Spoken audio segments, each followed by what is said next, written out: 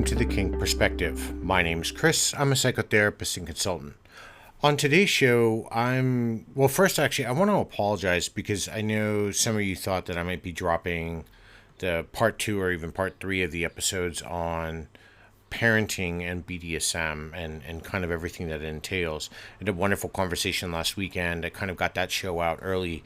I'm working with some other adults. I'm working with some other parents right now, helping them kind of, go through the motions of them juggling their schedules so we can actually sit down and talk more about this subject. So parts 2 and 3, at least part 2 will be coming out in the near future, maybe later this week or next week. I'll see as quickly as I can get it out. So there was a delay in even doing this episode today. But, it's kind of par for the course. But today I've touched base on this in roundabout ways. I've written about this before, but I kind of want to talk a little bit about today is pain and pleasure. And so we're getting in a little bit in the realm today. I want to touch a little bit about masochism and ultimately when and why is pain pleasurable, or even more so if why pain helps us feel connected to pleasure. Somehow we're even relating to that potentially as how we pursue happiness. And the happiness doesn't just come in the forms of the type of pleasure where we think that it's all even sexually based. Some of it might be emotionally based pain. So I want to kind of get into some of these topics today and kind of really start to unravel it. And here I really want to start to focus on this whole allure of pain and pleasure, as it's really intertwined in the psychological dynamic of sensations and when the mind and the body kind of converge in this harmonious balance between the two. Now, at its essence, inside of the lifestyle, when we look at our desires and our boundaries between pleasure and pain, this becomes a fundamental exploration for a lot of people, whether you're first entering the lifestyle or you're maybe heavily into the masochist scene. The dynamics here at play are quite profound, and they tap into some of the darker recesses of our minds and the human psyche. Now, we all engage in consensual acts. We realize this. And if this is the first time you're kind of listening about anything about BDSM, I kind of take the approach with my show at this point. If you're tuning in, you have some fundamental ideas about BDSM. But if you're kind of listening for the first time, so everything we do really kind of surrounds in the realm of consensuality. We have to be consensual in the acts that we do. So understanding the lifestyle, if you're still new, read, learn, ask questions. But everything we do, especially when we start moving into scenes or acts with other people, it's based on consensual discussions and conversations. Now, when we understand that these consensual acts are going on, when we're talking about the infliction of pain or experiencing pain, the mind responds here by releasing endorphins. This becomes the body's natural opioid, so it gives us that natural high. And this release not only heightens the sense of our pleasure, but it also creates this intoxicating euphoria that becomes synonymous with some of our experiences inside of the lifestyle itself. Now, the interplay here between the mind and the body during these experiences is kind of like peeling back this really complex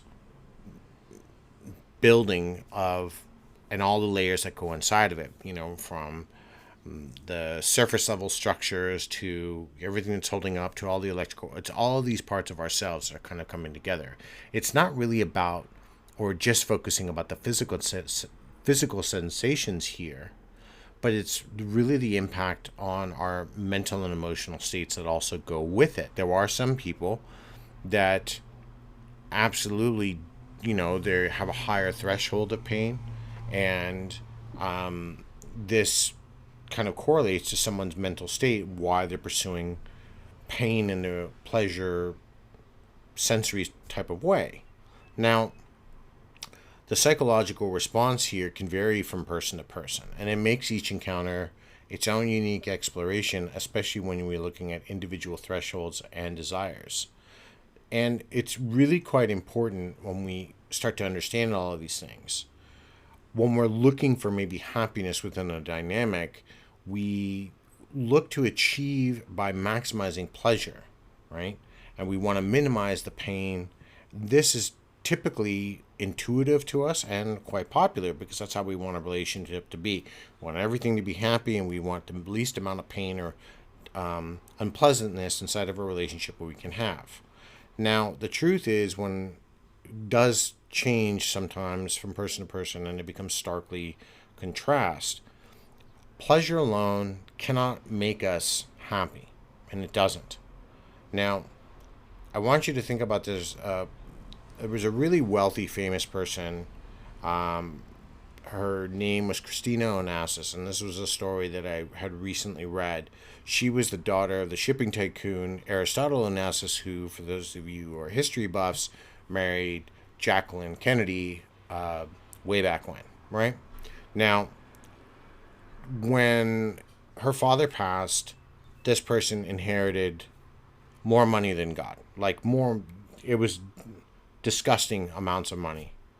But no matter what Christina spent it on lavish trips, most expensive handbooks, houses, yachts, a plane, it didn't matter. She did all of these things to alleviate personal unhappiness. Now, she passed away at a very young age in the first, third of her life, and she was about 36, 37 years old, and she wrote a biography that was subtitled All the Pain Money Can Buy, and it really recounts her, that no matter what she was doing, all the money she was spending, all of that luxury, all of that extravagance, it actually contributed to how she suffered. And so it didn't actually make her feel better in that essence. That it was in her emotional state, it made things even worse. So she thought, well, hey, if I keep spending it, it's going to make me feel better. She never achieved it.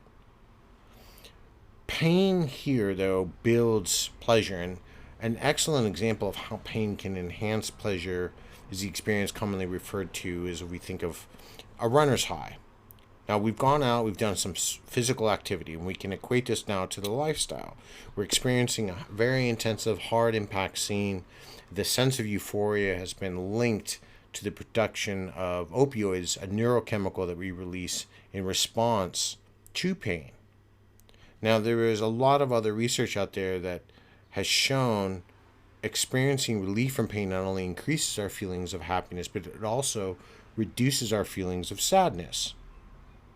Now, pain may not always be pleasurable experience in itself. No one likes to really be beat, but there are those that over time have grown accustomed to that inside of their mentality, and they really want to experience that in more ways than one. And pain here may also really make us feel more justified in rewarding ourselves with pleasant experiences, just thinking of how many people indulge themselves a little bit after we, go to a gym, right? We might then treat ourselves to a nice meal because we've been working out really hard all week, or we've had a really intense scene, and when we're in our aftercare phase, we might be having like chocolates or a warm blanket. We're doing things to then make ourselves to enhance that experience that we've just gone through. Now, when we're looking at pain in more of a sexualized manner, many people think of pain and sex as they're not incompatible, right? Or they're deeply incompatible all the way around. Now, sex, if we know that sex or some of our activities inside of the sexual world, and we got to remember here, why am I mentioning this? Because I don't typically, no, BDSM and sex are not synonymous. Now, if you do link them inside of your dynamic, wonderful, that's great, that's what works for you. There are other aspects of what we do in the lifestyle that are quite overtly sexual, but they're not necessarily the act of sex themselves. But I don't want to digress too much here. If sex is about pleasure and pain has nothing to do with that, right? That's will become one argument. Well, we do know that because pain and pleasure sometimes overlap in a sexual context, we have to figure out the why. And we know that there's this relationship here, as I've started to point out, between pain and sexual pleasure, because it lights up our imaginations and there are a lot of undertones of this forbidden, mischievous enjoyment, right? Somebody likes to be spanked while they're having sex, or they get off being ridiculed or humiliated. We know I recently wrote about the novel of the story of O, which caused a major issue in the 1950s in that era, because there was a lot of references here to our lifestyle before it was really mainstream. It was a really talked about empowerment, and somebody making a decision to kind of be a sexual slave and to go through the amount of pain that that person endured for their pleasure. I don't want to get into the recent stuff by E.L. James. I don't agree with those books. I mean, the authors even come out and says they don't have a really good grasp of the lifestyle, but they tried to kind of bring that over. Now, when we look at these things, or even other more practical novels, all of the things that we do that involve this overlap of pain and pleasure are often shrouded in a lot of mystery, like where we either think it's taboo, or we don't necessarily understand why it's happening, or we just immediately adopt a label. And people who admit to engaging in rougher play, especially in the bedroom or during a scene, maybe in public, sometimes face stigmas, especially if we're telling our friends who aren't involved in the lifestyle, or we're having these conversations with family members. And it gives us some unwanted attention. So this creates a little bit of apprehension here. So if we're looking at why are we finding pleasure in the pain during foreplay, or even if we're having intercourse, the pain that becomes pleasurable for those who it is, it's not because there's some sort of disconnect here or psychological proclivity towards wanting to be hurt. Physical pain is a source of pleasure. And first of all, we need to understand, unless people are, a lot of people are and are not interested in experiencing painful sensation as part of their gratification, their erotic desires, or their explorations inside of the lifestyle. So we need to understand that not everybody needs to go through pain, or everybody's going to want to engage on it. I just wanted to kind of put that out there so we're very clear. But people who do experience pain, for maybe even during intercourse for whatever types of health reasons, if sometimes these painful encounters, while the physical act of sex may not be enjoyable, it doesn't mean that the emotional or the mental process going through it doesn't excite them further. So we need to look at, and this comes actually from an evolutionary theory for human beings, that mammals such as us, right, pain functions largely act as this warning system. They denote this danger of potentially a physical threat, but getting burned or scalded we know hurts, but this discourages us from maybe stepping away from a source that's hot. Or if we get electric shocked when we touch a doorknob, we realize that maybe we shouldn't be wearing a certain type of wool socks or whatever type of clothing when we are touching metal objects, right? We learn these things, but we can also learn that there becomes this fine line where sometimes that pain becomes enjoyable. Now, physiologically speaking, pain and pleasure have a lot more in common than we might think, and there was plenty of research to kind of back some of these neural mechanisms up, that if you take a look, do some cursory research, I'm not going to go into all of that data, it's out there, but they're both tied to interacting with dopamine and our opioid systems inside of our brain's chemistry. And these where the regulation of our neurotransmitters that are involved in the reward or motivation driven behaviors, which include even eating, drinking, sexual activities, physical activities inside of our brain. Now, the brain, in terms of the brain regions, both pleasure and pain, seem to activate these areas. I'm going to go into the heavy sciencey part. If you're interested, they activate the nucleus accumbens and the palladium, they activate the amygdala, all of these centers of our brain that are, talk about pleasure and pain. And these are part of our reward systems, and they regulate our motivation-driven behaviors. If we start to realize hey, a little bit of pain is good. We might be motivated and driven to encouraging that behavior within ourselves. So we have to look at each one of these things with us. I mean, there's the other factor that pain bonds us with other people, and anyone who's ever, experienced certain types of. We can look at the converse side. So if we have gone through and had a traumatic event, we now then we can be trauma bonded with them. And we're not talking about trauma bonding with two different types of trauma and coming together. You can look at the community spirit that rallied around the response to 9/11, or the people who came to help when Brisbane flooded in 2011. All of these people came together in a time of community pain, and they helped out. Painful ceremonies too. There's a history of cooperation and cohesion with inside of groups of people. There are studies about rituals that found people who experienced pain were more likely to donate money to a cause as those who were simply observed a ceremony, where one or something that where somebody can identify maybe you know some symbology behind it. So let's put it this way: somebody maybe that watched what happened in New York will only donate $50, but maybe somebody that was actually a volunteer helping clean up inside of New York has willing to donate it $1,000 because they're there. The experience for them is quite real. So pain does a lot of these different. We react to it differently in both positive and negative ways, but we have to understand that there's nothing wrong with you if you are enjoying pain during sessions. I mean, we talk about we know that there is some negative side effects when we come out of pain. We can attribute this to sub drop or simply just drop, because tops can get drop as well.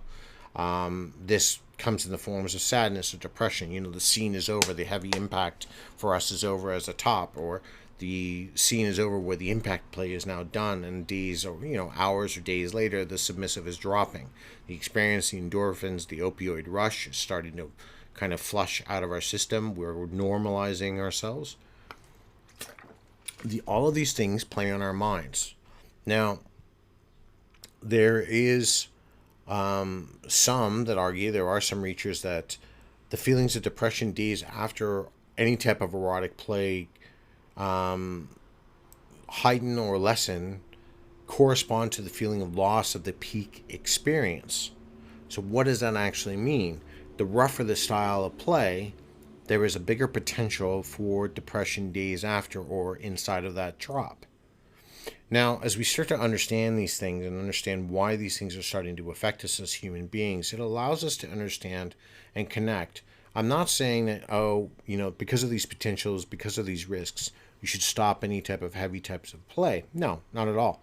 If you enjoy this type of play and you understand what the risks are, you're already mitigating the risks just by learning about them, just by hearing them. You can't unlearn these things. If you can try to ignore them, but you have to. If we're going to get involved in some of these activities, we have to also understand risk. There are plenty of potential benefits to exploring it. We allow ourselves a greater depth and range in understanding who we are. We raise our pain threshold. We connect to a deeper desire inside of ourselves. We allow ourselves to expand on our erotic capabilities and the things that we want to do inside of the lifestyle. All of these things are completely normalized. So if you've got people out there saying to you, oh, well, it's not, how could you ever be a masochist? Why would you ever be a masochist? Well, you can explain to them you're experiencing a different sensation of happiness through the pain.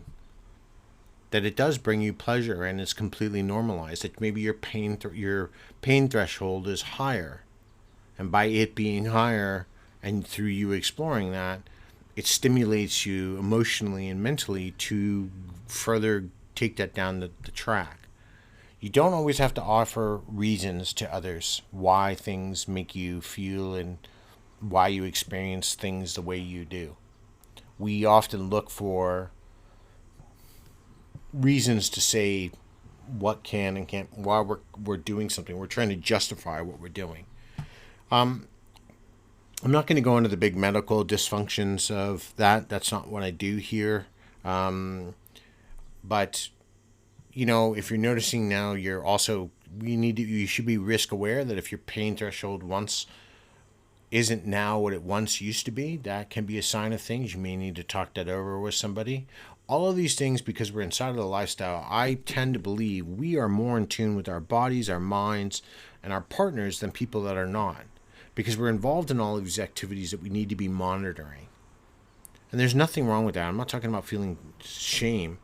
We get older, things change. We get older, our bones are a tad more brittle. We are susceptible to muscle pulls a little bit more often, or other types of injuries that don't heal as fast because we're not as young. That's just part of life, and we have to be willing to accept that. So if pain is something for you that's highly pleasurable, if it's something that you seek or need inside of your dynamic, I'd like to hear about it. I would like to talk about that more in the comments. I know people talk about masochism in general, but for you, what is it? What is it specifically about pain that drives you? If you were to measure it on a scale of 1 to 10, where do you think you sit? Now, is it something that drives you all the time? Is it something that you need to have 24/7? Why? How did you first discover you were into the enjoyment of pain?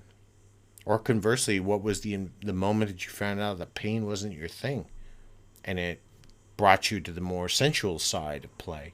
Because that does happen too. Not all of us are into pain or doling out pain towards others for pleasure, and that's where sadists come in. But that's a different topic for a different day. So let me know what you think about this. If this is the first time you're listening to me today on Spotify, please subscribe to my show. Leave it 5 stars so others can find it. Do all that happy stuff. That way I can keep the show free for now and keep getting the word out there. But yeah, let me know what you think in the comments. And I'd really like to have this conversation go a little bit bigger, because I think we always do the surface level conversation, but we kind of leave out some of the aspects of where the mentality of pain kind of is, or the emotional side of pain. We talk about the physical, we talk about the scars, we talk about the pretty bruises and all of those things, but we don't talk about the other impacts of it. We talk about the sub-drops, we all do this quite often, but I'm talking about the things that are driving us and that are getting us there. Let me know what you think in the comments below. Until next time, everybody, be safe, stay tuned.